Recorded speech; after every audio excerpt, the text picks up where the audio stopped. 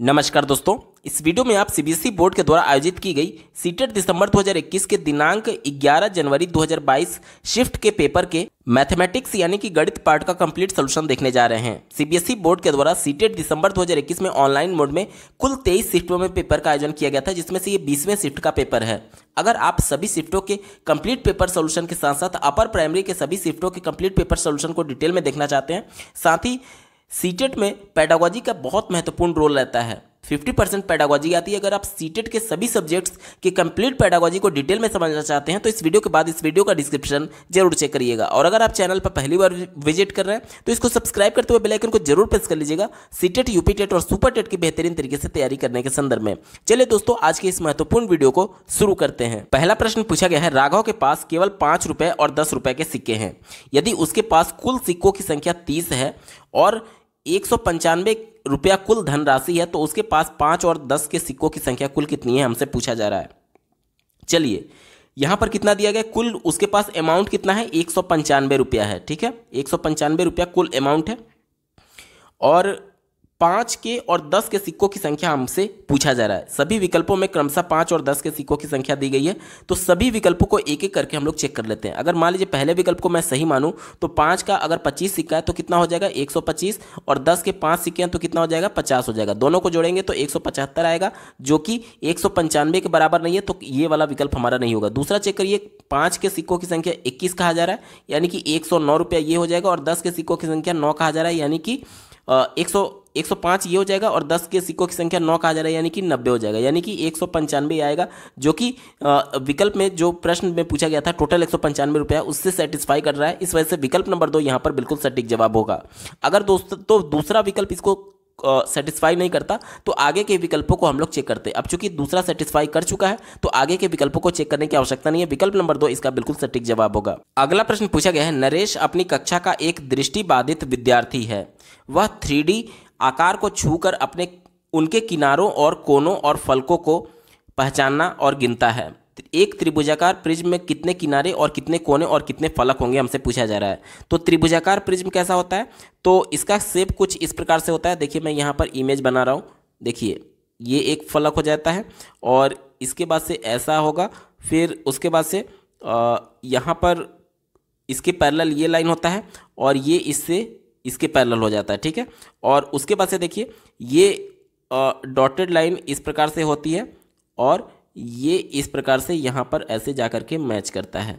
ये होता है त्रिभुजाकार प्रिज्म। ठीक है, तो अब हमसे फलक की अगर बात करें तो टोटल फलक कितना हो जाएगा, ये देखिए, एक तो ये त्रिभुजाकार और ये त्रिभुजाकार, यानी 2 फलक ये हो गया, और एक नीचे वाला आयताकार पार्ट और 3 हो गया, और एक इधर वाला फलक और एक ये सामने वाला फलक। टोटल फलक की संख्या कितनी हो जाएगी, 5 हो जाएगी। देखिए, इसमें दिया गया है फलक और इसमें 5 दिया गया है। इन दोनों में फलक की संख्या 4 और 6 दी गई है, तो हमारा उत्तर नहीं होगा। ठीक है, अब अगर कोनों की बात करें तो देखिए, 1 कोना, 2 कोना, 3 कोना, 4 कोना, 5 कोना और टोटल 6 कोना होगा। ठीक है, टोटल 6 कोने होंगे। तो कोनों की संख्या देखिए, इसमें 6 दिया गया है और इसमें 4 दिया गया है, यानी कि ये वाला विकल्प गलत हो गया। एक ही विकल्प बचा, ऑप्शन नंबर 2 इसका बिल्कुल सटीक जवाब हो जाएगा। किनारे की संख्या एक बार देख लेते हैं। किनारों की संख्या 9 बताई गई है। देखिए, 1 किनारा, 2 किनारा, 3 किनारा, 4 किनारा, 5, 6, 7, 8 और ये 9। तो ये वाला बिल्कुल सेटिस्फाई कर रहा है। विकल्प नंबर 2 सटीक जवाब होगा। अगला प्रश्न पूछा गया था, उस आयत का क्षेत्रफल क्या होगा जिसकी लंबाई 122 सेंटीमीटर और चौड़ाई 55 सेंटीमीटर दी गई है। तो आयत का क्षेत्रफल क्या होता है, लंबाई गुणे चौड़ाई, यानी कि 122 गुणे 55 हो जाएगा। गुणा करिए, देखिए 55 से गुणा करेंगे तो 55 दूनी 110 का 0 हाथ में 11, 55 दूनी 110 और 11 121 हो जाएगा।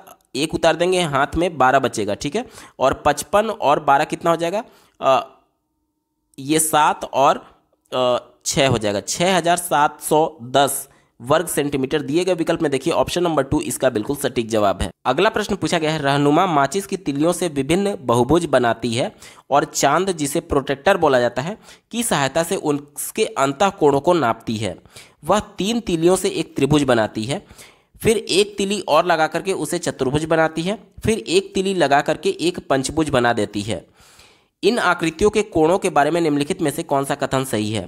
तो सबसे पहले जान लीजिए कि किसी भी बहुभुज के अंतः कोणों का जो योग होता है n-2 इंटू 180 होता है। जैसे कि देखिए त्रिभुज के अंतःकोणों का योग कितना होता है, 180 अंश होता है, और त्रिभुज में भुजाओं की संख्या n भुजाओं की संख्या है, तो n की जगह 3 रखेंगे तो 3 में से 2 घटेगा तो 1 बचेगा, और 1 गुणे 180 यानी कि 180 त्रिभुज के अंतःकोणों का योग आ गया। चलिए इसी को ध्यान में रख करके उत्तर ढूंढेंगे। पहला विकल्प दिया गया किसी भी बहुभुज के अंतःकोणों का योग 360 होता है, तो ये विकल्प गलत है।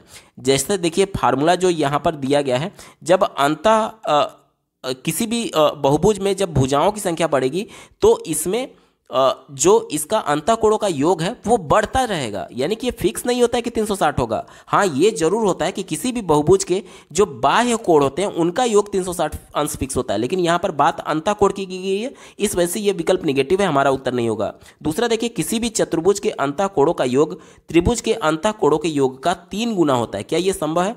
देखिए चतुर्भुज में भुजाओं की संख्या कितनी हो जाएगी, 4 हो जाएगी, 4 में से 2 घटाएंगे तो 2 बचेगा, गुणे 180, और 2 गुणे 180 यानी कि 360 अंश होगा, और त्रिभुज के अंतःकोणों का योग कितना होता है, 180 अंश होता है, यानी कि चतुर्भुज के अंतःकोणों का योग जो होता है वो त्रिभुज के अंतःकोणों के योग के दुगना होता है, और विकल्प में क्या कहा जा रहा है कि तिगुना होता है, तो ये विकल्प निगेटिव है, हमारा उत्तर नहीं होगा।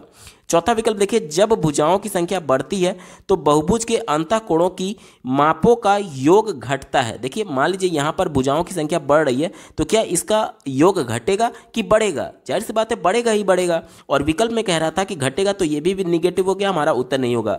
एक ही विकल्प बचा ऑप्शन नंबर 3। देखिए जब भुजाओं की संख्या बढ़ती है यानी n का मान जब बढ़ता है तो बहुभुज के अंतःकोणों के माप का योग बढ़ता है, ये विकल्प बिल्कुल पॉजिटिव है, और यही हमारा बिल्कुल सटीक जवाब होगा, विकल्प नंबर 3 सही उत्तर है। अगला प्रश्न पूछा गया था मैं 100 के आधे से अधिक हूं। एक संख्या अपने बारे में बता रहा है कि मैं 100 के आधे से अधिक हूं।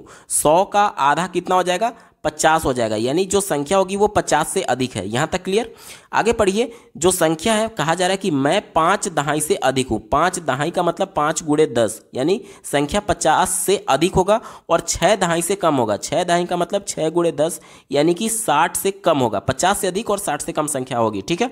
आगे पढ़िए, मेरा इकाई का अंक दहाई के अंक से 3 कम है। किसका अंक कम है? इकाई का, ठीक है। तो यहां पर देखिए ये इकाई का जो है अंक वो दहाई से 4 कम है, जबकि प्रश्न में 3 कम बोला गया था, तो ये हमारा उत्तर नहीं होगा। यहां पर देखिए इकाई का अंक दहाई से 3 कम है, यही विकल्प में कहा जा रहा है, यानी कि ये विकल्प बिल्कुल पॉजिटिव है और यही इसका सटीक जवाब हो जाएगा।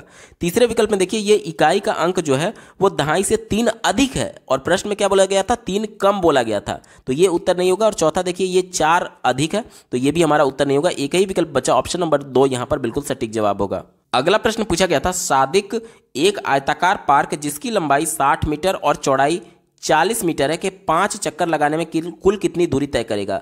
तो आयताकार पार्क कुछ इस प्रकार से होगा, ठीक है। इसकी लंबाई हमें कितना दी गई है, 60, और चौड़ाई कितना दिया गया है, 40।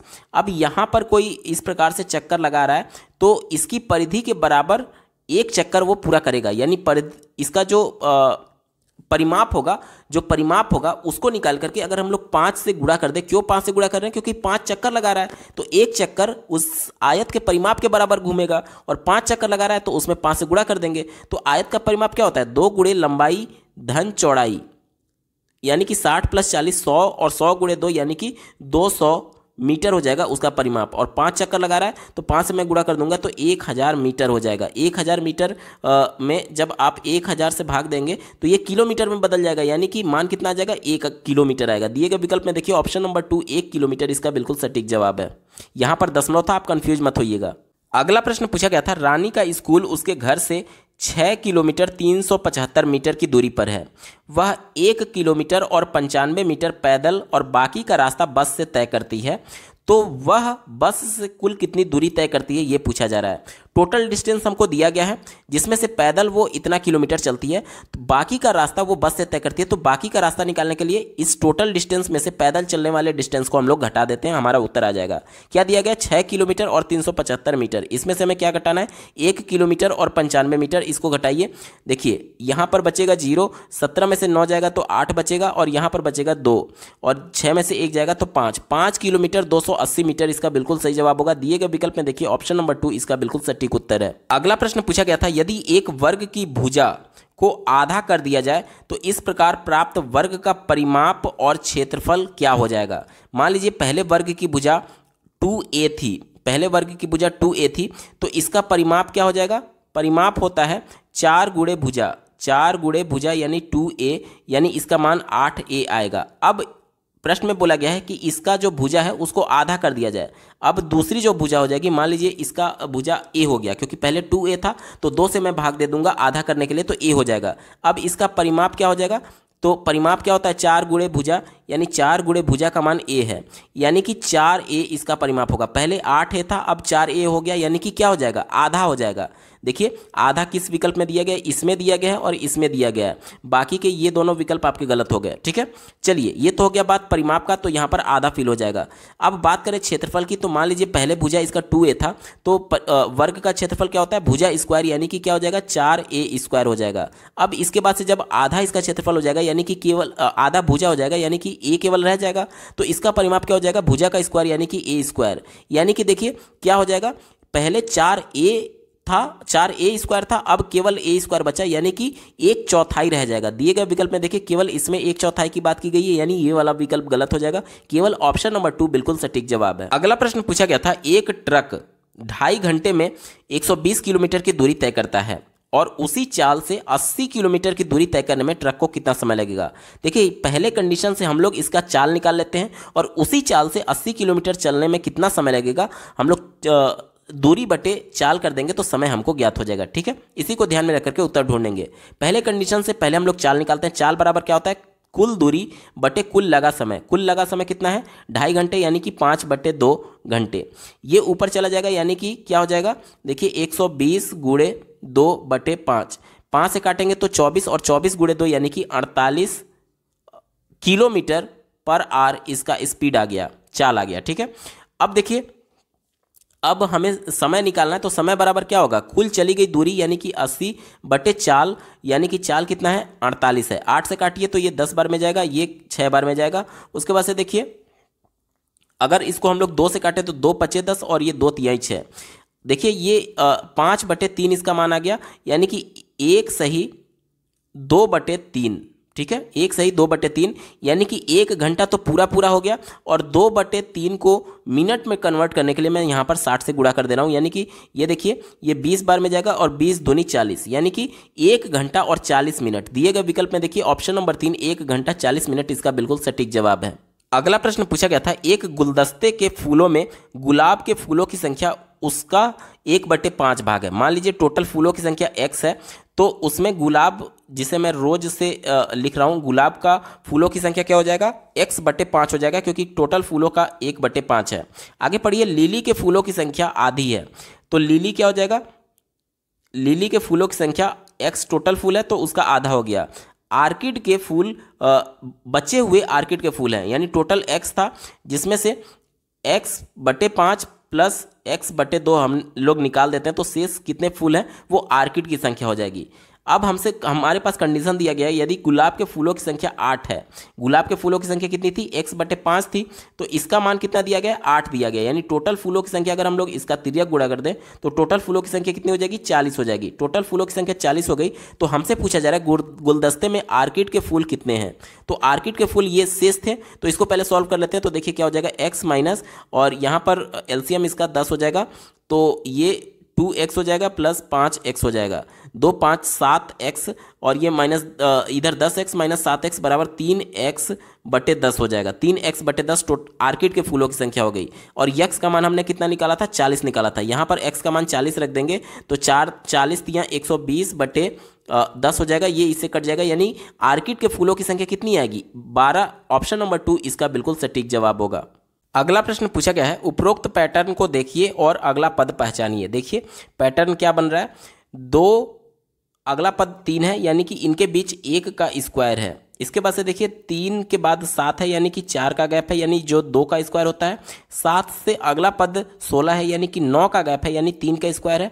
16 से अगला पद 32 है, यानी कि 16 का गैप है, यानी 4 का स्क्वायर है। और 32 से 57 5 का स्क्वायर का गैप है। और इसके बाद जो अगला टर्म आएगा 6 का स्क्वायर, उसमें जोड़ करके, यानी कि 57 में सिंपली आपको 6 का स्क्वायर 36 को जोड़ देना है, तो 7 6 13 का 3 हाथ में 1, 5 3 8 और 1 9, 93 हमारा सही जवाब होगा। चलिए ऑप्शंस में देखते हैं। दिए गए विकल्प में देखिए ऑप्शन नंबर 3 93 इसका सटीक जवाब होगा। अगला प्रश्न पूछा गया था, भानु एक कबाड़ी वाला है, नीचे दिए गए मूल्यों के अनुसार कबाड़ा इकट्ठा करता है। ठीक है, यहाँ पर देखिए सबका रेट दिया गया है और बोला जा रहा है कि यदि वह 5 किलो लोहा, देखिए लोहा 27.5 रुपया किलो है, तो 5 किलो का कितना हो जाएगा 27.5 में 5 से हम लोग जब मल्टीप्लाई करेंगे तो 50, 25 के 5 हाथ में 2, 7 5 35, 2 37 हाथ में 3, 5 दूनी 10 और 3 13, 137.50 रुपये लोहे का हो जाएगा। 10 किलो प्लास्टिक, 1 किलो प्लास्टिक का दाम 38 रुपया है, तो 10 किलो का कितना हो जाएगा 380 रुपया हो जाएगा। 50 किलो रद्दी कागज, 1 किलो रद्दी कागज का दाम 12 रुपया है, तो 50 का कितना हो जाएगा 12 25 60, यानी कि 600 रुपया हो जाएगा। ठीक है, उसके बाद से देखिए कहा जा रहा है 22 किलो अखबार, 1 किलो अखबार का दाम 14 रुपया है, तो 22 किलो का दाम कितना हो जाएगा, देखिए 22 गुणे 14 कर देंगे तो 14 दूनी 28 का 8 हाथ में 2, 14 दूनी 28 और 2 30, 308 रुपया हो जाएगा। ठीक है, चलिए 308 रुपया और मैं जोड़ देता हूं, और अंत में दिया गया 2 किलोग्राम पीतल इकट्ठा करता है। पीतल 1 किलोग्राम का दाम 225 रुपया है, तो 2 किलो का दाम कितना हो जाएगा 450 रुपया, इसमें और जोड़ देता हूं। सबको जोड़ करके देखिए टोटल अब हमसे पूछा जाए वह कितने रुपए अदा करेगा। अब यहाँ पर देखिए सबको जोड़ते हैं तो ये अंत में 0.5 हो जाएगा, और ये 7 8 15 के 5 हाथ में 1, 4 8 12, 12 5 17 के 7 हाथ में 1, 2 3 5 6 11, 3 14 और 4 18, 1875 रुपया 50 पैसा हमारा सही जवाब आएगा। दिए गए विकल्प में देखिए ऑप्शन नंबर 4 में दिया गया है 1875 रुपया 50 पैसा, इसका बिल्कुल सटीक जवाब होगा। अगला प्रश्न पूछा गया था निम्नलिखित में से किस संख्याओं के समूह में सबसे कम अभाज्य संख्या है। तो देखिए पहला दिया गया 20 से 40 तक, तो 20 से 40 तक अगर हम लोग बात करें तो इसमें कौन कौन सी अभाज्य संख्या आएंगी। देखिए 20 के बाद आएगा आपका 23, उसके बाद से 29 आएगा और 31 आएगा, 37 आएगा। टोटल कितनी हो जाएगी 4 अभाज्य संख्या। अब बात करें 30 से 50 तक की, तो 30 के बाद से देखिए कौन कौन सी संख्या आएंगी। 30 के बाद से आपका 31 आ जाएगा, उसके बाद से 37 आ जाएगा, 41 आ जाएगा, 43 आ जाएगा, 47 आ जाएगा। ठीक है, टोटल कितना हो जाएगा 5 अभाज्य संख्या हो जाएगी। इसके बाद से देखिए 40 से 60 के बीच में अगर हम लोग बात करें तो 40 के बाद क्या हो जाएगा 41 हो जाएगा, 40 के बाद 41 अभाज्य संख्या। उसके बाद से देखिए 41 के बाद से क्या हो जाएगा 41 के बाद से 43 हो जाएगा, 43 के बाद से 47 हो जाएगा, और उसके बाद से 53 हो जाएगा और 59 हो जाएगा। ठीक है, टोटल कितने हो जाएंगे, इसके बीच में भी 5 अभाज्य संख्या हैं। और अगर अंतिम की बात करें 60 से 80 के बीच में, तो इसके बीच में कौन कौन सी अभाज्य संख्या होगी। तो देखिए सबसे पहले तो आपका 61 हो जाएगा। ठीक है, 61, उसके बाद से 67 हो जाएगा, उसके बाद से 71 हो जाएगा, 73 हो जाएगा, 79 हो जाएगा। तो इसके बीच में भी टोटल अभाज्य संख्या 5 हो जाएगी। सबसे कम पूछा गया था कि सबसे कम अभाज्य संख्या किस में होगी, तो सबसे कम 4 इसी में है, यानी ऑप्शन नंबर 1 20 से 40 इसका बिल्कुल सटीक जवाब होगा। अगला प्रश्न पूछा गया है निम्नलिखित में से ये जो मान दिया गया है गुणनफल गुणा करने के लिए का सबसे सन्निकट कौन सा होगा। तो सबसे सन्निकट यानी निकटतम कौन सा होगा वो हमसे पूछा जा रहा है। तो देखिए दशमलव वाले अंकों का ये नियम होता है कि अगर दशमलव के बाद ये संख्या 5 से कम है, तो 5 से कम है तो इसको राउंड फिगर करने के लिए 9 ले लेंगे, और अगर यही संख्या 5 से अधिक रहती तो इसको राउंड फिगर करने के लिए इसको हटा देते दशमलव के बाद और इसमें 1 जोड़ देते, यानी कि ये 10 हो जाता है। ठीक है, इसी कॉन्सेप्ट को ध्यान में रख करके उत्तर ढूंढेंगे।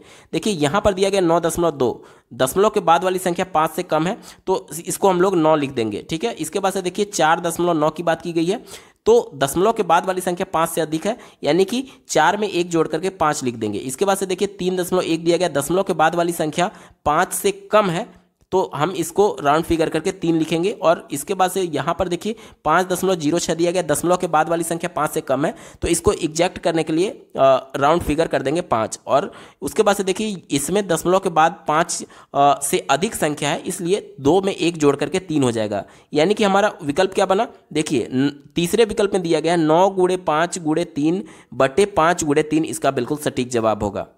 अगला प्रश्न पूछा गया था निम्नलिखित का मिलान करो।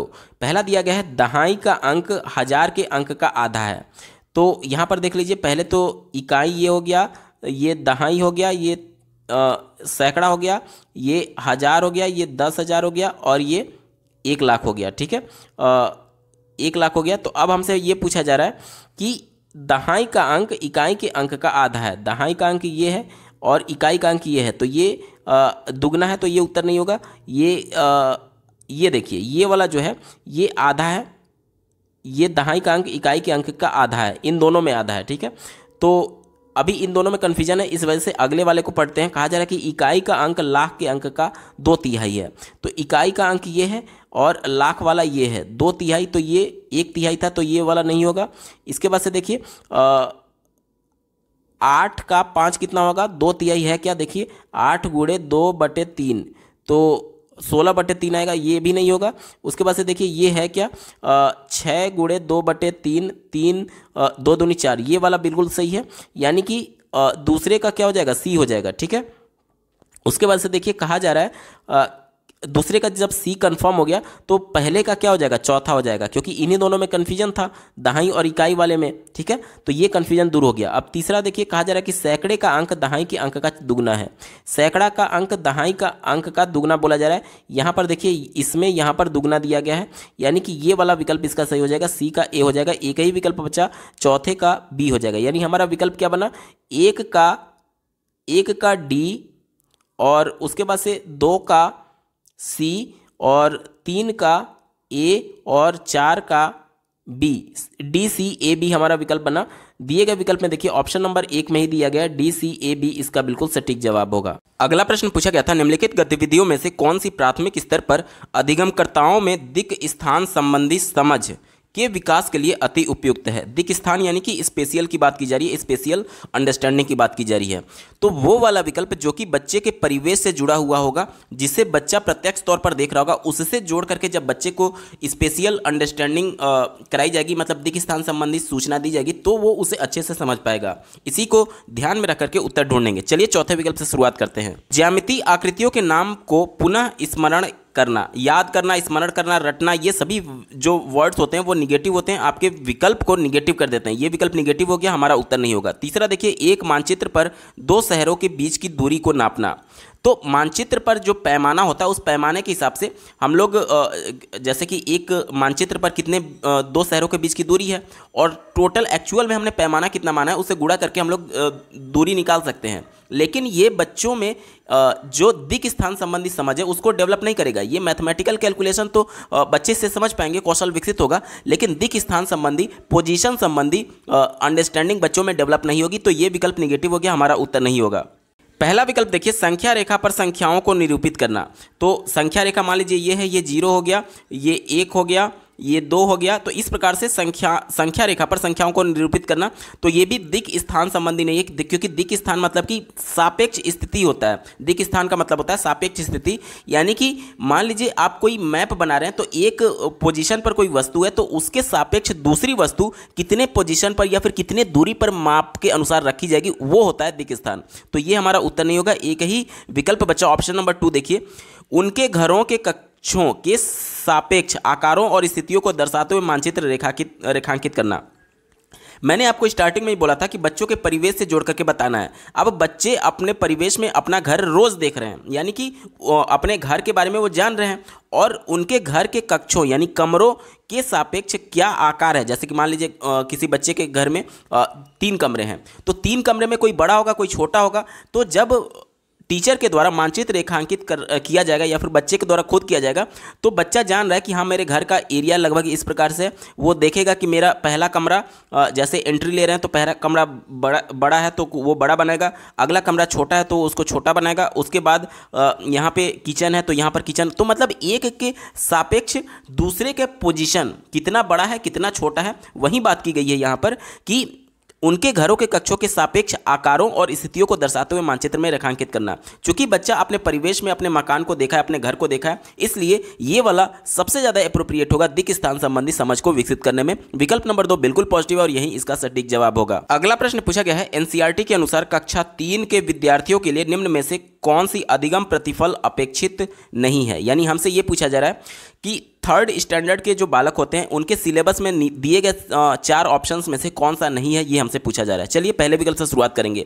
दिया गया है संख्या 543 में 4 का स्थानीय मान ज्ञात करना। तो कक्षा 3 में स्थानीय मान बच्चों को पढ़ा दिया जाता है, तो ये बच्चों के लिए अपेक्षित है, तो ये हमारा उत्तर नहीं होगा, क्योंकि कौन सा अपेक्षित नहीं है वो हमसे पूछा गया है। दूसरा देखिए, पहचाने की दी गई आकृतियों की श्रृंखला में अगली आकृति क्या होगी, तो ये भी उनके सिलेबस में है, तो ये भी हमारा उत्तर नहीं होगा। चौथा विकल्प देखिए, दर्शाएं कि 2 गुणे 5 और 5 गुणे 2 समान है। तो ये भी बच्चे की संक्रियाओं पर जो भी आधारित नियम है, क्रम विनिमय नियम, साहचर्य नियम, ये सभी बच्चों को अवगत करा दिया जाता है। तो ये भी क्रम विनिमय नियम का एक उदाहरण है, तो ये भी बच्चे के सिलेबस में होता है कक्षा 3 के, तो ये भी हमारा उत्तर नहीं होगा। लेकिन अगर बात करें भिन्नों के जोड़ की, तो कक्षा 3 में ये कॉन्सेप्ट बच्चों को नहीं पढ़ाया जाता है, यानी ये प्रतिफल उनसे अपेक्षित नहीं है। विकल्प नंबर 3 बिल्कुल पॉजिटिव है और यही हमारा बिल्कुल सटीक जवाब होगा, एप्रोप्रिएट होने की वजह से। अगला प्रश्न पूछा गया था, गणित की एक शिक्षिका अपने विद्यार्थियों से पूछती है कि आपके पास 7 सैकड़े हैं। 7 सैकड़े मतलब कि 7 गुणे सैकड़े का मतलब कि 100, मतलब कि 700 उसके पास टोटल है, ठीक है। और कहा जा रहा है कि आपको उसमें से 7 दहाइयाँ निकालनी है। 7 दहाई का मतलब कि 7 गुणे दहाई का मतलब 10, यानी कि 70 इसमें से निकाल देना। 700 में से 70 घटाएंगे तो कितना बचेगा, 630 बचेगा, ठीक है। आपको कौन सी संख्या मिलेगी, तो छात्र उत्तर देता है कि मुझे 0 मिलेगा। अब छात्र ने किया क्या है कि वह यहाँ पर भी 7 देख रहा है, यहाँ पर भी 7 देख रहा है, तो 7 में से 7 उसने घटा दिया, तो उसका उत्तर 0 आ गया। अब हमसे पूछा जा रहा है, निम्नलिखित में से कौन सा कथन छात्र द्वारा दिए गए उत्तर के संदर्भ में अति उपयुक्त है। अब यहाँ पर देखिए, बच्चे को जो स्थानीय मान होता है वो कॉन्सेप्ट क्लियर नहीं है, इस वजह से बच्चे ने 7 में से 7 घटा दिया। अगर बच्चा स्थानीय मान जानता तो वो समझ सकता था कि सैकड़े का मतलब होता है 100 से गुणा और दहाई का मतलब होता है 10 से गुणा, तो 700 में से 70 को वो घटाता। अभी बच्चे में स्थानीय मान के कॉन्सेप्ट क्लियर ना होने की वजह से डायरेक्टली वो 7 में से 7 घटा करके उत्तर 0 ला दे रहा है, ठीक है। तो वो वाला विकल्प हमारा सही होगा जिसमें स्थानीय मान की चर्चा की गई होगी, और वही वाला विकल्प हमारा सही होगा। चलिए ऑप्शंस में चलते हैं। पहला विकल्प दिया गया है, शिक्षिका को समस्या को संख्यात्मक रूप में लिखना चाहिए था ताकि छात्र उसे हल कर सकें। तो देखिए, जैसे जैसे बच्चे ऊपरी कक्षा में जाते हैं तो उसको इबारती वाले प्रश्न, शाब्दिक वाले प्रश्नों को भी हल कराया जाता है, ताकि बच्चे अपने परिवेश में उस प्रकार के उदाहरण को समझ पाए। जैसे कि मान लीजिए गणित को बच्चे के परिवेश से जोड़ करके पढ़ाने की बात की जाती है, तो गणित में अगर बार बार आप बच्चे को ये थोड़ी बोलेंगे कि 3 + 2 क्या होगा, आप इसको शाब्दिक अर्थ में उसके परिवेश से जोड़ पाएंगे, क्योंकि जब तक शब्दों का प्रयोग, इबारती का प्रयोग आप नहीं करेंगे तब तक उसके परिवेश से नहीं जुड़ेगा। जैसे कि मान लीजिए आप बच्चे को बोलेंगे कि कल आपके पिता ने आपको 3 टॉफी दिया और उसके बाद से आपके पिता ने आपको 2 टॉफी और दिया, अब आपके पास कुल कितने टॉफी हो गए। तो यही प्रश्न को मैंने शब्दों में पिरो दिया। शब्दों में जब तक आप नहीं पिरोगे तब तक बच्चे के परिवेश से नहीं जोड़ा जा सकता। यानी कि जो संख्यात्मक प्रश्न है उसको शब्दों में पिरोना आवश्यक है। और ये प्रश्न क्या कह रहा था कि संख्यात्मक रूप में लिखना चाहिए, तो ये निगेटिव हो गया। क्यों? क्योंकि बच्चे के परिवेश से हम लोग तभी जोड़ पाएंगे जब हम लोग उसको शाब्दिक बनाएंगे, तो ये विकल्प निगेटिव था, हमारा उत्तर नहीं होगा। दूसरा विकल्प देखिए, शिक्षिका को कम से कम 10 और समान प्रकार की समस्याएं हल करने के लिए देनी चाहिए जब तक कि छात्र उसे सही रूप से हल ना कर ले। अब देखिए, बच्चे को कॉन्सेप्ट ही नहीं पता है, स्थानीय मान पता होता तब तो वो सही निकाल लेता।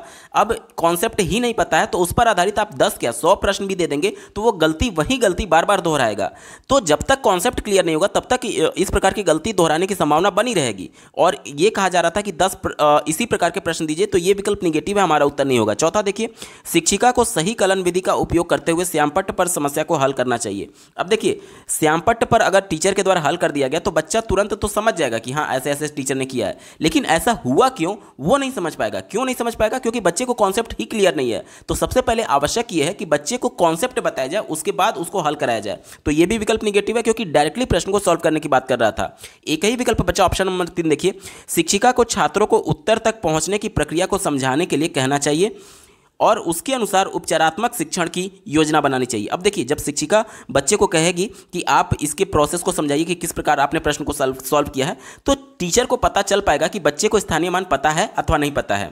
तो जब बच्चा अपना आंसर निकाल रहा होगा, जब स्टेप्स के माध्यम से प्रश्न को सॉल्व कर रहा होगा, तो टीचर समझ जाएगी कि बच्चा स्थानीय मान का प्रयोग कर भी रहा है अथवा नहीं कर रहा है। अगर नहीं कर रहा है तो उसके बाद से उपचारात्मक शिक्षण यानी कि रेमेडियल टीचिंग के माध्यम से उसको फिर से कॉन्सेप्ट पढ़ाया जाएगा और उसके बाद वह उस प्रश्न को सही तरीके से सॉल्व कर पाएगा। ठीक है, तो ऑप्शन नंबर 3 बिल्कुल पॉजिटिव है और यही इसका बिल्कुल सटीक जवाब होगा। अगला प्रश्न पूछा गया था, राष्ट्रीय पाठ्यचर्या रूपरेखा 2005 यानी एनसीएफ 2005 के अनुसार स्कूलों में गणित शिक्षा के मुख्य लक्ष्यों में से एक है बहुत सारी गणित जानने के बजाय यह जानना अधिक उपयोगी है कि गणितीकरण कैसे किया जाए। गणितीकरण का मतलब ये होता है कि जो भी बच्चा सोच रहा है वो मैथमेटिकल तौर पे क्रिटिकल थिंकिंग कर पाए। जैसे कि मान लीजिए बच्चा अपने परिवेश में दुकान पर टॉफ़ी भी खरीदने जा रहा है तो वह उसको मैथमेटिकल कैलकुलेशन आना चाहिए कि किस प्रकार से पहले अगर उसने दुकानदार से पूछा कि मुझे 5 टॉफ़ी दे दीजिए और वो उसने पूछा एक टॉफ़ी का दाम कितना है तो उसने बोला 1 रुपया। अब उसने जब 10 रुपये का नोट दिया तो उसके माइंड में वो मैथमेटिकल कैलकुलेशन होना चाहिए कि मैंने 5 टॉफ़ी खरीदी है, एक टॉफ़ी का दाम 1 रुपया, यानी टोटल मेरा 5 रुपये खर्चा हुआ और 10 रुपये मैंने दिया है तो 10 में से 5 घटा करके 5 रुपये मुझे रिटर्न मिलेगा दुकानदार के द्वारा। तो इसे बोलते हैं गणितीकरण, यानी जो भी चीज़ दैनिक जीवन में बच्चा कर रहा है या फिर समझ रहा है, देख रहा है, वो सब कुछ मैथमेटिकल कैलकुलेशन के माध्यम से वो चीज़ें कर पाए। ठीक है, तो हमसे पूछा जा रहा है निम्नलिखित में से कौन सा ऊपर दिए गए कथन का अर्थ प्रतिबिंबित करता है। चलिए चौथे विकल्प से शुरुआत करेंगे। दिया गया है, यह जानना महत्वपूर्ण है कि गणित में विभिन्न समस्याओं को हल कैसे किया जाए, इसलिए गणित के पाठ्यक्रम में अधिक विषयों को शामिल करने पर बल दिया जाना चाहिए। देखिए जो भी स्टेटमेंट दिया गया उसका मतलब यह है कि मनुष्य मतलब बालक जो है वो जो कुछ भी अपने दैनिक जीवन में देख रहा है, सोच रहा है, समझ रहा है, वो मैथमेटिकली कर पाए। ठीक है, तो ये विकल्प कहना कि केवल उसको मतलब बहुत सारे समस्याओं को हल करने के लिए दिया जाए, ये संकुचित है, हमारा उत्तर नहीं होगा।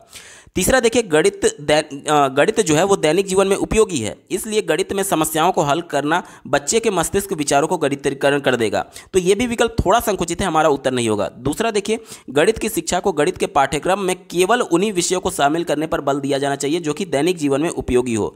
यहाँ पर देखिए केवल वर्ड आ गया, अब आपको आगे विचार करने की आवश्यकता ही नहीं है, केवल, एकमात्र, एक ही, यही, ये जितने भी शब्द होते हैं अगर प्रश्न पॉजिटिव सेंस में पूछा गया तो ये विकल्प को निगेटिव कर देते हैं, संकुचित कर देते हैं, इस वजह से ये हमारा उत्तर नहीं होगा। एक ही विकल्प बच्चा ऑप्शन नंबर 1 देखिए क्या कहा जा रहा है, बच्चे को कितना गणित आता है इस पर बल दिए जाने के बजाय जानना ज़्यादा जरूरी है कि बच्चे में गणितीय चिंतन और अमूर्त विचारों के साथ काम करने की योग्यता कैसे विकसित की जाए, ये ज़्यादा अप्रोप्रिएट है। कैसे? देखिए अब बच्चा कितना भी गणित क्यों ना जान ले, जब उसका दैनिक जीवन में उपयोग नहीं कर पा रहा है, जो भी चीज़ें खरीदारी के माध्यम से या फिर जो कुछ भी वो देख रहा है, अगर मैथमेटिकल क्रिटिकल थिंकिंग नहीं कर पा रहा है तो ये हमारे जो स्टेटमेंट दिया गया था उसका सही तरीके से व्याख्या नहीं कर पाएगा, यानी गणितीकरण नहीं हो पाएगा। ठीक है, तो ऑप्शन नंबर 1 बिल्कुल अप्रोप्रिएट है और यहीं इसका बिल्कुल सटीक जवाब होगा, विकल्प नंबर 1 सही उत्तर है।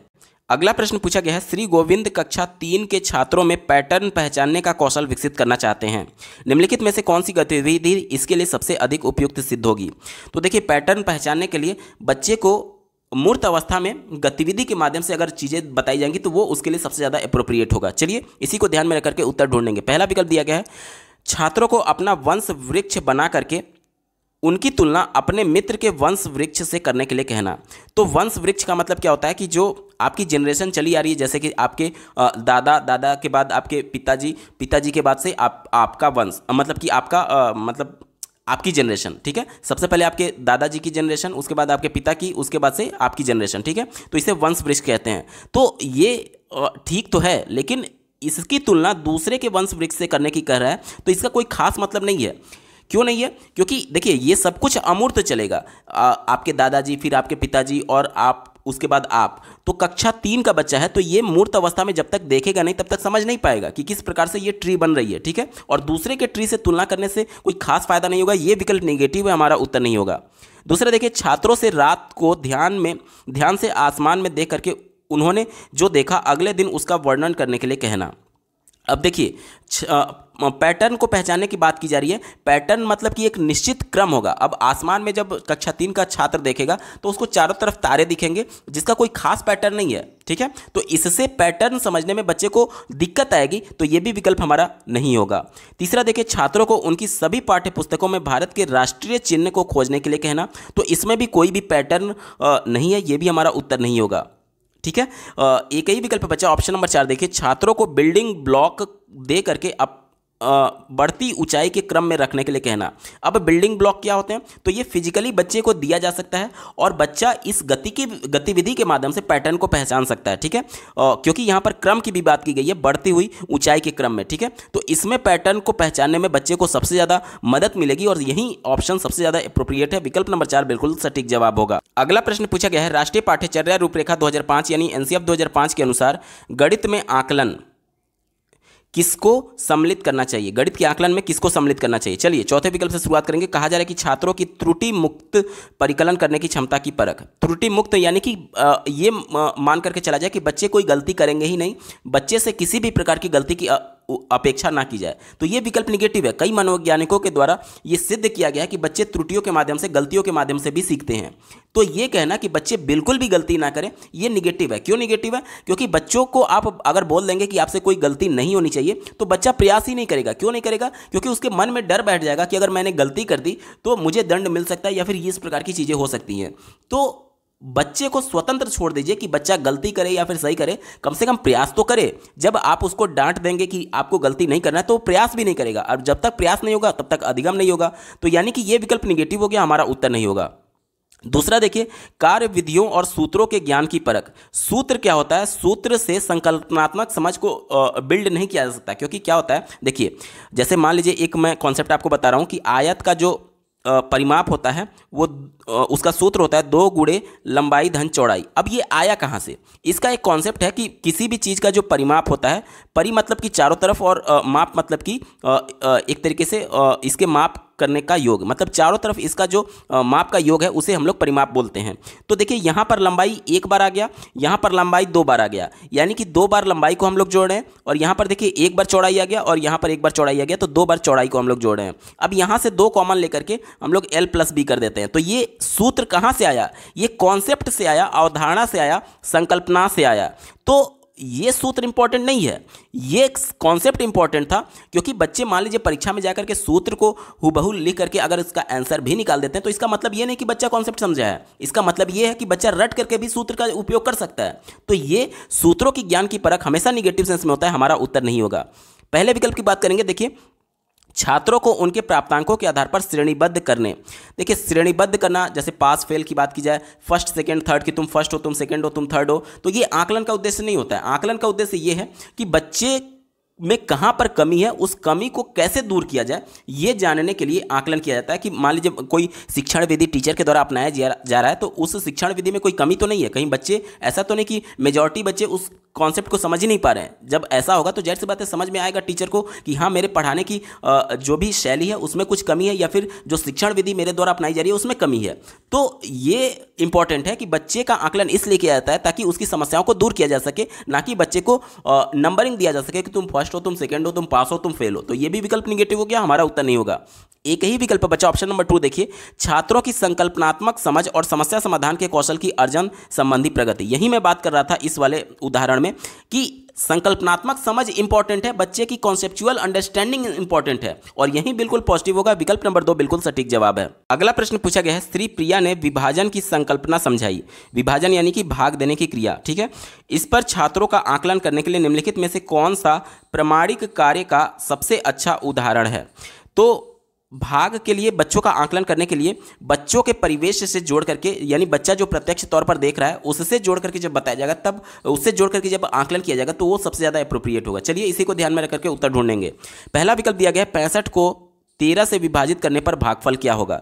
तो ये सामान्य प्रश्न है, मतलब कि बहुत ही सिंपल है। बच्चा भाग की संकल्पना समझ चुका है, पढ़ चुका है, तो इसको आसानी से कर लेगा। लेकिन ये ज़्यादा इंपॉर्टेंट नहीं है। जब इबारती वाले प्रश्न पूछे जाएंगे, मतलब कि एक तरीके से शाब्दिक प्रश्न पूछे जाएंगे, तब ज़्यादा बच्चे का आकलन किया जा सकता है कि बच्चे को कॉन्सेप्ट समझ में आया है या नहीं, कि भाग करना है, कि गुणा करना है, कि जोड़ करना है, कि घटाना करना है। इसमें तो डायरेक्टली बच्चे को पता है कि आंकिक संक्रिया क्या करना है, मतलब कि भाग ही करना है, ठीक है। यहाँ पर डायरेक्टली बोल दिया गया कि भाग ही करना है। लेकिन वो वाला प्रश्न हमारा इंपॉर्टेंट होगा जो कि शाब्दिक होगा, जिसमें बच्चे को क्रिटिकल थिंकिंग करना होगा कि कौन सी संक्रिया, जोड़ घटाना गुणा भाग में से कौन सी संक्रिया हमें अपनानी है। तो ये डायरेक्टली बताया गया है कि भाग देना है, तो ये हमारा उत्तर नहीं होगा, क्योंकि बच्चे का आकलन सही तरीके से इसमें नहीं हो पाएगा कि बच्चा संक्रिया को समझ पा रहा है या नहीं, कि कौन सा अप्लाई करना है, ठीक है। चलिए दूसरा विकल्प दिया गया है, एक संख्या को दूसरी संख्या से विभाजित करने का क्या अर्थ होता है, उदाहरण देते हुए समझाइए। तो ये एक तरीके से सिर्फ परिभाषा तक सीमित है, बच्चों को परिभाषा लिखने की बात की जा रही है। तो परिभाषा हमेशा निगेटिव होता है, और वो भी मैथमेटिक्स में तो बहुत ज़्यादा निगेटिव होता है, क्योंकि बच्चे को उदाहरण के माध्यम से, अगर बच्चे रिप्रेजेंट कर पा रहे हैं अपने आप को, उदाहरण कहने का मतलब कि मैथमेटिकल कैलकुलेशन के माध्यम से, तो वो ज़्यादा इंपॉर्टेंट होगा। क्योंकि हो सकता है कि बच्चे परिभाषा को रट लें, लेकिन जब मैथमेटिकल कैलकुलेशन करेंगे, जब एक तरीके से नए अंकों पर आप संक्रिया करने के लिए बच्चों को देंगे, तो उसमें बच्चे का सही तरीके से आकलन हो पाएगा कि बच्चे को भाग की संक्रिया आती है अथवा नहीं आती है। परिभाषा तो बच्चा रट करके भी बता सकता है, तो यह विकल्प संकुचित है, हमारा उत्तर नहीं होगा। चौथा विकल्प देखिए, अपनी कक्षा के लिए एक झंडा बनाए जिसका 1/3 भाग नीला है। तो यहां पर देखिए ये एप्रोप्रिएट तो हो सकता है, लेकिन थोड़ा संकुचित है, इसलिए मैं यहाँ पर स्टार लगा रहा हूँ, आगे आपको पता चलेगा क्यों। एक ही विकल्प बचा ऑप्शन नंबर 3 देखिए, आपकी कक्षा में उपस्थित 25 छात्रों में 100 ड्राइंग सीट समान रूप से वितरित करें। अब देखिए यहाँ पर वितरण का मतलब क्या होता है, भाग देना, यानी कि 100 ड्राइंग सीट बांटना है कितने बच्चों में, 25 बच्चों में। तो प्रत्येक बच्चे को कितना मिलेगा, तो 100 में हम लोग 25 से भाग देंगे तो प्रत्येक बच्चे को 4 मिलेगा, 4 ड्राइंग सीट मिलेगा। तो यहाँ पर देखिए ये इंपॉर्टेंट इसलिए है क्योंकि एक तो शाब्दिक प्रश्न हो गया, बच्चों के परिवेश से जोड़ करके हो गया, क्योंकि बच्चे अपने परिवेश में अपनी कक्षा को देख रहे हैं, प्रत्येक दिन देख रहे हैं कि हाँ हमारे कक्षा में 25 छात्र हैं, यानी कि उसके परिवेश से जोड़ा गया। और ये उससे बच्चा क्या होगा कि अपने परिवेश से जुड़ाव महसूस करेगा, और एनसीएफ 2005 बच्चों को परिवेश से जोड़ करके ही शिक्षा देने की बात करता है। तो तीसरा वाला ब्रॉड सेंस में है, और जो चौथा मैंने स्टार लगाया था, ये देखिए अब ये थोड़ा संकुचित हो जाएगा तीसरे के सामने, इस वजह से तीसरा वाला गलत हो जाएगा और चौथा माफ करिएगा, चौथा वाला गलत हो जाएगा और तीसरा एप्रोप्रिएट हो जाएगा। विकल्प नंबर 3 बिल्कुल पॉजिटिव होगा। अगला प्रश्न पूछा गया है, माध्यमिक और उच्चतर माध्यमिक विद्यालयों में ऐसा देखा गया है कि गणित में लड़के लड़कियों से बेहतर प्रदर्शन करते हैं। इस परिस्थिति का समालोचनात्मक विश्लेषण इस ओर इशारा करता है कि इसका कारण क्या हो सकता है। तो देखिए बचपन से ही बच्चों के मन में, जब लड़कियां होती हैं तो उनके मन में बैठाया जाता है कि आप मैथ से ना पढ़िए बल्कि होम साइंस लीजिए, आर्ट्स लीजिए, क्योंकि गणित कठिन पड़ेगा। तो ये बच्चों से, बचपन से ही बच्चे के मन में ये लगातार सुनते आ रहे हैं। तो यही जो एक तरीके से जेंडर रूढ़िवादिता है, उसकी वजह से ये ऐसा होता है कि एक मनोवैज्ञानिक दबाव बन जाता है बच्चों के मन में, लड़कियों के मन में, कि वह इस प्रकार से सोचने लगती हैं। यही बात विकल्प नंबर 3 में कहा जा रहा है। देखिए, समाजीकरण की प्रक्रिया में अधिकतर लड़कियों को यह बोध करवाया जाता है कि गणित एक पुरुषों का क्षेत्र है, अतः कठिन है। इसी वजह से उनका जो परफॉर्मेंस है गणित में वो धीरे धीरे गिरने लगता है। तो ऑप्शन नंबर 3 बिल्कुल एप्रोप्रिएट होगा और यही इसका सटीक जवाब है। अगला प्रश्न पूछा गया था, संख्याओं को गुणन करने की अवधारणा को पढ़ाने से पहले निम्नलिखित में से कौन सी प्रारंभिक गतिविधि सबसे उपयुक्त है। ध्यान से समझिएगा, गुणा की अवधारणा को पढ़ाना है। मतलब कि जिस भी प्रश्न में, जिस भी विकल्प में हमें गुणा वाला कॉन्सेप्ट मिले, वही वाला विकल्प हमारा सही जवाब होगा। चलिए चौथे विकल्प से शुरुआत करते हैं। कहा जा रहा है कि छात्रों को हल करने के लिए कहना, यदि आपको प्रत्येक दिन जेब खर्च के लिए 10 रुपये मिलते हैं तो आपको कितने दिनों में 100 रुपये मिलेंगे। तो देखिए 100 रुपये पूरा करना है तो 100 रुपये, और प्रत्येक दिन 10 रुपये मिलते हैं तो 10 दिन में ये पूरा हो जाएगा 100 रुपये। तो ये क्या है, ये भाग देने की विधि है, और प्रश्न में हमसे गुणा करने की विधि पूछा गया था। तो ये भाग है, इस वजह से ये वाला विकल्प हमारा नहीं होगा, क्योंकि ये भाग से संबंधित है और प्रश्न गुणा से संबंधित पूछा गया था। चौथा विकल्प गलत हो गया। तीसरा देखिए, कहना, छात्रों से उनके विद्यालय में छात्रों की कुल संख्या गिनने के लिए कहना। अब संख्या गिनने का मतलब क्या होता है कि योग होता है, एक के बाद एक के बाद एक, अगला हम लोग गिनते जाते हैं कि 1 2 3 4। तो ये क्या है, ये योग की संक्रिया है, और प्रश्न में हमसे गुणा की संक्रिया पूछा गया था, इस वजह से ये भी हमारा जवाब नहीं होगा। पहला देखिए, सर्वप्रथम गुणन के चिन्ह का परिचय देना। गुणा के चिन्ह यानी कि इसको मल्टीप्लिकेशन का जो सिंबल होता है उसकी बात की जा रही है। तो ये बहुत ज़्यादा संकुचित हो गया, क्योंकि हमें कॉन्सेप्ट अवधारणा पढ़ाने की बात कर रहा था, और ये केवल एक तरीके से परिचय देने की बात कर रहा है, वो भी केवल सिंबल की। तो ये संकुचित होने की वजह से हमारा जवाब नहीं होगा। एक ही विकल्प बचा ऑप्शन नंबर 2 देखिए, छात्रों से उनकी कक्षा में कुल गुब्बारों की संख्या ज्ञात करने के लिए कहना, यदि उनमें से प्रत्येक छात्र 5 गुब्बारे लेकर के आता है। मान लीजिए कक्षा में कुल बच्चों की संख्या 20 है और प्रत्येक बच्चा 5 गुब्बारे लेकर के आता है, तो टोटल गुब्बारों की संख्या हम लोग गुणा के माध्यम से निकाल सकते हैं। तो यही वो विकल्प है जिसमें गुणा की संक्रिया का प्रयोग किया गया है। बाकी कोई भी ऐसा विकल्प नहीं है जिसमें गुणा की संक्रिया का प्रयोग किया गया हो, इस वजह से विकल्प नंबर 2 बिल्कुल एप्रोप्रिएट होगा और यही इसका बिल्कुल सटीक जवाब है। अगला प्रश्न पूछा गया है, राष्ट्रीय पाठ्यचर्या रूपरेखा 2005 यानी एनसीएफ 2005 के अनुसार निम्नलिखित में से कौन सा प्राथमिक स्तर पर गणित की पाठ्यपुस्तक की एक वांछनीय विशेषता को निरूपित करता है। पाठ्यपुस्तक की बात की जा रही है, कौन सा प्रॉपर्टी उसका है, ये हमसे पूछा जा रहा है। चलिए पहले विकल्प से शुरुआत करेंगे। पहला विकल्प दिया गया है अवधारणाओं को अमूर्त से मूर्त की ओर प्रस्तुत किया जाए, तो ये विकल्प निगेटिव है, क्योंकि हम लोग जो शिक्षण विधि का प्रयोग करते हैं वो मूर्त से अमूर्त की ओर करते हैं, और ये उसका उल्टा बोला जा रहा है, तो ये निगेटिव हो गया, हमारा उत्तर नहीं होगा। दूसरा देखिए, पाठ्य पुस्तक के आवरण पृष्ठ को आकर्षक और रंगीन होना चाहिए। मान लीजिए पाठ्य पुस्तक का पहला पेज जो कवर पेज है उसको बहुत ज़्यादा आकर्षक बना दिया गया, और अंदर जो कंटेंट है वो बच्चों के इंटरेस्ट का नहीं है, तो उससे कोई खास फायदा नहीं होगा। यानी कंटेंट इंपॉर्टेंट है, ऊपर का जो पृष्ठ है वो तो इंपॉर्टेंट है ही, लेकिन अंदर का कंटेंट जो है वो ज़्यादा इंपॉर्टेंट है, और ये केवल ऊपर के पृष्ठ की बात कर रहा था, ये संकुचित है, इस वजह से हमारा जवाब नहीं होगा। तीसरा विकल्प देखिए, इसमें सूत्रों और कलन विधियों पर आधारित गणितीय समस्याओं को सम्मिलित करना चाहिए। सूत्र हमेशा निगेटिव सेंस में होते हैं, क्योंकि यहां पर अगर संकल्पना कॉन्सेप्ट अवधारणा की बात करता है तो वो ज़्यादा इंपॉर्टेंट था, क्योंकि सूत्र अभी जस्ट पहले वाले प्रश्न में मैंने आपको बताया था कि देखिए सूत्र बच्चे रट कर भी परीक्षा में जाकर के उत्तर लिख सकते हैं। इसका मतलब ये कतई भी नहीं है कि बच्चे को अवधारणा भी समझ में आया अगर सूत्र से उत्तर निकाल लिया है। तो सूत्र क्या होता है कि बच्चे को शॉर्टकट देता है, इसमें बच्चे कॉन्सेप्ट को समझे हैं या नहीं समझे ये इंपॉर्टेंट नहीं है, बच्चा सूत्र रट लिया उसके बाद से उसका प्रयोग करके उत्तर निकाल देगा, ठीक है। तो ये सूत्रों के माध्यम से बच्चे का आकलन सही तरीके से नहीं किया जा सकता कि बच्चा कॉन्सेप्ट को समझा है अथवा नहीं समझा है, तो ये सूत्र निगेटिव सेंस में हमारा उत्तर नहीं होगा। एक ही विकल्प बच्चा ऑप्शन नंबर 4 देखिए, इसमें गणितीय समस्याएं जो कि संदर्भात्मक और बच्चों के जीवन के अनुभवों से संबंधित हो उनको प्रस्तुत करना चाहिए। बात की गई थी एनसीएफ 2005 की। एनसीएफ 2005 ये कहता है कि बच्चों को उसके परिवेश से जोड़ करके बताना है, परिवेश में जो कुछ भी बच्चे ने देखा है वह उसका अनुभव बन गया। अब वही बात इस विकल्प में कहा जा रहा है कि अनुभव से जोड़ करके और संदर्भ लेकर के कि बच्चा जो कुछ भी अपने परिवेश में जोड़ा है उसे कोरिलेट करके बच्चे को बताना है, पाठ्यपुस्तक में ये प्रॉपर्टी होनी चाहिए। यही बात एनसीएफ 2005 कहता है, यही विकल्प बिल्कुल पॉजिटिव है और यही इसका बिल्कुल सटीक जवाब होगा। अगला प्रश्न पूछा गया है, वैन हिल के ज्यामितीय विकास के सिद्धांत के अनुसार ज्यामितीय चिंतन के स्तरों का सही क्रम क्या होगा। तो सबसे पहले देखिए होता क्या है, वैन हिल ने ये एक सिद्धांत दिया था ज्यामितीय चिंतन का सिद्धांत, जिसके माध्यम से उन्होंने बताया कि बच्चे ज्यामिति को किस प्रकार से सीखते हैं, आकृतियों को किस प्रकार से सीखते हैं। तो सबसे पहले उन्होंने ये बताया कि बच्चे आकृतियों का दृश्यीकरण करते हैं। दृश्यीकरण में होता क्या है कि बच्चे आकृतियों के बनावट या फिर भुजाओं की संख्या के आधार पर उसका वर्गीकरण करते हैं। जैसे कि मान लीजिए ये एक आयत है और ये एक वर्ग है, तो दृश्यीकरण जो पहला स्टेज है उस पर बच्चे क्या करेंगे कि दोनों को एक ही मानेंगे। कैसे? इसमें भी बच्चे को लगेगा कि यहाँ पर भी 4 भुजा है और इसमें भी 4 भुजा है, तो दृश्यीकरण स्टेज पर दोनों को एक ही मानता है। तो पहला जो उन्होंने स्टेप बताया था वो दृश्यीकरण का बताया था, जिसमें उन्होंने ये बताया कि बच्चे बनावट के आधार पर या फिर दिखावट के आधार पर वर्गीकरण करते हैं। उसके बाद आता है विश्लेषण स्तर। विश्लेषण में क्या होता है, बच्चे प्रॉपर्टी के आधार पर यानी गुणों के आधार पर वर्गीकरण कर पाते हैं। देखिए पहले स्टेज में बच्चा दोनों को एक ही मान रहा था क्योंकि दोनों में 4 भुजा थी, लेकिन जब अगले स्टेप में जाएगा विश्लेषण स्टेज में तो होगा क्या कि बच्चे को अब समझ में आएगा कि ये वाली जो भुजा है इस वाली भुजा के बराबर है और ये वाली जो भुजा है इस वाली भुजा के बराबर है, यानी लंबाई जो पैरेलल है वो आपस में बराबर है और चौड़ाई जो पैरेलल है वो आपस में बराबर है।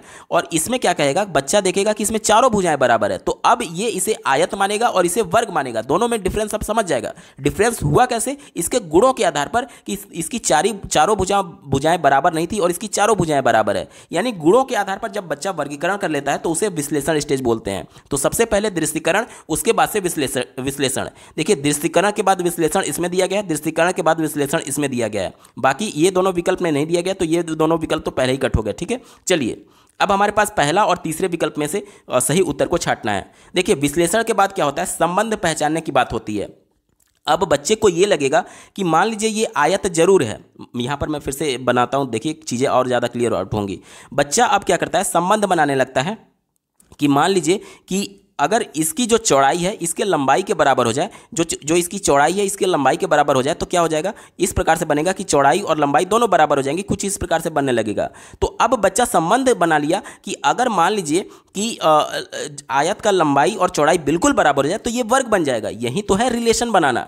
तो उसके बाद से रिलेशन बनाने का कॉन्सेप्ट आता है और अंत में निगमन आता है। निगमन में क्या होता है कि पर्टिकुलर किसी नियम पर बच्चा पहुंच जाता है। नियम कहने का मतलब कि जैसे देखिए इसका परिमाप हमें निकालना है, तो परिमाप क्या होता है, बच्चा जानता है कि चारों भुजाओं का योग। अब देखिए आयत का परिमाप क्या होगा, चारों भुजाओं का योग, यानी कि 2 बार लंबाई आई है तो 2 2 गुणे लंबाई प्लस 2 बार चौड़ाई है तो 2 गुणे चौड़ाई। अब यहाँ से 2 कॉमन लेकर के l प्लस बी 2 गुणे लंबाई धन चौड़ाई आयत का परिमाप होता है। तो ये निगमन यानी नियम तक वो पहुंच जाता है इस स्टेज में, यानी कि विकल्प नंबर 3 इसका बिल्कुल पॉजिटिव होगा। और पहले वाले विकल्प में देखिए पहले नियम की बात की गई थी, तब संबंध पहचानने की बात की गई थी, तो ये हमारा गलत हो जाएगा, यानी कि ऑप्शन नंबर 3 बिल्कुल सही क्रम है, विकल्प नंबर 3 सही जवाब होगा। अगला प्रश्न पूछा गया है, एक शिक्षक ने अपनी कक्षा में छात्रों को 75 में से 5 को घटाने के लिए कहा। तो 75 में से 5 को घटाने के लिए ऐसे घटाया जाएगा तो इसका मान 70 आना चाहिए था, लेकिन कक्षा के 70% छात्रों ने कहा कि इसका उत्तर 25 आएगा। इस प्रकार दिखाई, देखिए कैसे उन्होंने किया है कि इन्होंने 5 को इकाई के स्थान पर लिखना चाहिए था, इन्होंने दहाई के स्थान पर लिख करके घटा करके 25 उत्तर बताया है। अब हमसे यह प्रश्न पूछा जा रहा है कि इस भ्रांति को दूर करने के लिए सबसे उपयुक्त अगला कदम कौन सा होगा। इस मिसकॉन्सेप्शन को दूर करने के लिए सबसे इंपॉर्टेंट यह है कि बच्चे का विश्लेषण किया जाए कि आखिर बच्चे ने ये गलती की क्यों है। तो जब टीचर के द्वारा विश्लेषण किया जाएगा तब वो समझ जाएगा कि बच्चे ने 5 को दहाई के स्थान पर लिख दिया है, जबकि उसको यहां पर इकाई के स्थान पर लिखना चाहिए था। और ये दहाई और इकाई का कॉन्सेप्ट कैसे होता है, वो स्थानीय मान की वजह से होता है, क्योंकि अगर बच्चे को स्थानीय मान का कॉन्सेप्ट पता होता तब बच्चा सही तरीके से 75 के इकाई वाले यानी 5 के नीचे इकाई लिखता, 5 लिखता और तब उस घटाता, तब उसका उत्तर सही आता। यानी बच्चे को पहले स्थानीय मान पढ़ाना होगा, उसके बाद ही वो उस कॉन्सेप्ट को समझ पाएगा। चलिए विकल्पों में ढूंढते हैं, चौथे विकल्प से शुरुआत करेंगे। चौथा विकल्प दिया गया है, संख्या रेखा का उपयोग करते हुए समझाएं कि किस प्रकार व्यकलन किया जाता है। मान लीजिए ये 75 और 5 की बात की गई थी, मान लीजिए अगर 1 लाख की बात की जाए, उसमें से 10 घटाने के लिए बोला जाए, तो क्या ये संख्या रेखा पर निरूपित किया जा सकता है इतनी बड़ी संख्या? प्रैक्टिकली पॉसिबल नहीं है, इस वजह से ये हमारा संकुचित जवाब है, उत्तर नहीं होगा। ठीक है, चौथा विकल्प गलत हो गया। बात करेंगे तीसरे विकल्प की, एक अंकीय संख्याओं को घटाने जैसे सरल प्रश्नों को अधिक अभ्यास कराएं। अब जिंदगी भर उसको एक अंक वाले संख्या को थोड़ी बताया जाएगा, कभी ना कभी तो उसको आप 2 अंक वाली संख्या बताएंगे, 3 अंक वाली संख्या बताएंगे, और जहां पर भी 2 अंक वाली संख्या आ गई वहां पर स्थानीय मान का कॉन्सेप्ट तो बच्चे को जानना आवश्यक हो जाएगा। यानी कि यह भी विकल्प संकुचित है, केवल 1 अंकों तक ही सीमित कर रहा है बच्चों को, इस वजह से हमारा उत्तर नहीं होगा। दूसरा विकल्प देखिए, 2 अंकीय संख्याओं में से एक अंक की संख्याओं के व्यकलन के नियम को दोहराते हुए बताएं कि अंक दाईं से बाईं ओर की तरफ लिखे जाने चाहिए। तो यह भी विकल्प निगेटिव है। क्यों निगेटिव है? क्योंकि इस तरीके से बच्चा कर तो सकता है, लेकिन मान लीजिए बच्चे को शाब्दिक प्रश्न दे दिया जाए कि 7 सैकड़े में से 7 दहाई को घटाइए, तो अब मान लीजिए कि 7 सैकड़ा 700 हो गया और 7 दहाई, तो बच्चा क्या करेगा कि यहाँ पर 7 लिख सकता है। तो इसका कॉन्सेप्ट तभी क्लियर होगा जब स्थानीय मान उसको पढ़ाया जाएगा, 7 दहाई का मतलब 70। तो ये तभी बच्चा इस प्रकार से कर पाएगा जब बच्चे को स्थानीय मान क्लियर होगा। ठीक है, और जैसे ही शाब्दिक प्रश्न दिए जाएंगे तो वो बच्चा और ज़्यादा कन्फ्यूज हो जाएगा, क्योंकि अंकों के आधार पर ही सिर्फ व्याकरण पढ़ाने की बात की गई है विकल्प नंबर 2 में। इस वजह से ये विकल्प निगेटिव हो गया, हमारा उत्तर नहीं होगा। एक ही विकल्प बच्चा ऑप्शन नंबर 1, देखिए क्या कहा जा रहा है, स्थानीय मान की अवधारणा को दोहराएं और विद्यार्थियों से कहें कि उन्होंने प्रश्न हल करने के लिए जो प्रक्रिया का उपयोग की है उसे समझाएं। अब देखिए बच्चों के द्वारा जो प्रश्न सॉल्व किया गया उसको जब समझाने के लिए बोला जाएगा तो बच्चे अपने जो व्यक्तिगत विचार हैं उसको अनुभव को शेयर कर रहे होंगे, तो इसके माध्यम से टीचर समझ सकता है कि बच्चे को कहाँ पर दिक्कत है। उन दिक्कत को, उन समस्याओं का विश्लेषण करके बच्चा जो टीचर है वो समझ जाएगा कि बच्चे को स्थानीय मान का कॉन्सेप्ट नहीं पता है, और उसके बाद से स्थानीय मान की अवधारणा को फिर से एज ए टीचर आप पढ़ाएंगे और उसके बाद से बच्चे इस प्रश्न को सही से सॉल्व कर पाएंगे। तो ये ज़्यादा अप्रोप्रिएट है और यही इसका बिल्कुल सटीक जवाब होगा। अगला प्रश्न पूछा गया है, एक कक्षा में अधिकांश छात्र कहते हैं कि जब 270 में 34 जोड़ा जाता है तो उन्होंने जोड़ करके देखिए 0 में 4 जोड़ा तो 4 आ गया, उसके बाद से 7 में 3 जोड़ा तो 10 का इकाई वाला 0 लिखना चाहिए था, और 1 जो है यहाँ पर आकर के जोड़ करके 3 होना चाहिए था। लेकिन इन्होंने किया क्या है कि 7 में जब 3 जोड़ा तो 10 को एज इट इज इन्होंने लिख दिया। ठीक है, तो ये विकल्प अब हमसे प्रश्न पूछा जा रहा है कि इस भ्रांति को दूर करने के लिए निम्न में से कौन सी अवधारणा दोहराना सबसे उपयुक्त होगा। तो यहाँ पर जोड़ने के समय पुनर्समूहीकरण इंपॉर्टेंट है। पुनर्समूहीकरण का मतलब क्या होता है कि जैसे देखिए यहाँ पर मैं समझा रहा हूँ आपको, 270 में अगर मैं 34 जोड़ रहा हूँ तो देखिए 4 और 7 में 3 जोड़ेंगे तो 10 आ रहा है। अब देखिए 10 जो है ये हम लोग दहाई वाले अंक को जोड़ रहे हैं। दहाई वाले अंक में ये वाला अंक जो है वो दहाई का है, क्योंकि इकाई वाला अंक तो हम लोग लिख चुके हैं, और ये दहाई वाला अंक है तो दहाई के नीचे दहाई वाला 0 लिखना था, और ये सैकड़े वाला अंक है तो सैकड़े वाला सैकड़े में आकर के जुड़ता है, 2 + 1 होकर के 3 हो जाता है, 304 आना चाहिए था। लेकिन इन्होंने किया क्या है कि इन्होंने एज इट इज लिख दिया। तो ये समूहीकरण को नहीं समझ पाए हैं बच्चे, जो है समूहीकरण को नहीं समझ पाए कि किस प्रकार से स्थानीय मान के कॉन्सेप्ट का यूज करके समूहीकरण किया जाता है। तो वही वाला विकल्प हमारा सही होगा। चलिए विकल्पों में चलते हैं। ऑप्शन नंबर 4 से शुरुआत करेंगे। दिया गया है 3 अंकों वाली संख्याओं का स्थानीय मान। तो देखिए स्थानीय मान तो यहां पर इंपॉर्टेंट था, लेकिन इसको संकुचित कर दिया गया 3 अंकों वाली संख्या से जोड़ करके, क्योंकि मान लीजिए जब 4 अंकों वाली संख्या का इसी प्रकार से जोड़ दिया जाएगा तो बच्चे फिर गलती करेंगे, क्योंकि बच्चे केवल 3 अंकों तक की संख्या स्थानीय मान को कॉन्सेप्ट को समझे रहेंगे। यानी स्थानीय मान तो पॉजिटिव था, लेकिन 3 अंकों तक कह करके इस विकल्प को संकुचित कर दिया गया, इस वजह से यह विकल्प निगेटिव हो गया, हमारा उत्तर नहीं होगा। तीसरा देखिए सीधी गिनती, तो यह भी विकल्प संकुचित है, हमारा उत्तर नहीं होगा। दूसरा देखिए 3 अंकों की संख्याओं का जोड़ या फिर योग, तो फिर बच्चा वही गलती करेगा, जैसे ही वो आगे बढ़ेगा और 4 अंकों की संख्याओं का जोड़ या फिर योग उससे पूछा जाएगा, तो यह भी संकुचित है, हमारा उत्तर नहीं होगा। एक ही विकल्प बच्चा ऑप्शन नंबर 1 देखिए, जोड़ने के समय समूहीकरण पुनर्समूहीकरण, यानी कि किस प्रकार से ग्रुपिंग करना है नंबर्स का, यह बच्चे को कॉन्सेप्ट बताना आवश्यक है। ऑप्शन नंबर 1 बिल्कुल पॉजिटिव होगा और यही इसका सटीक जवाब है।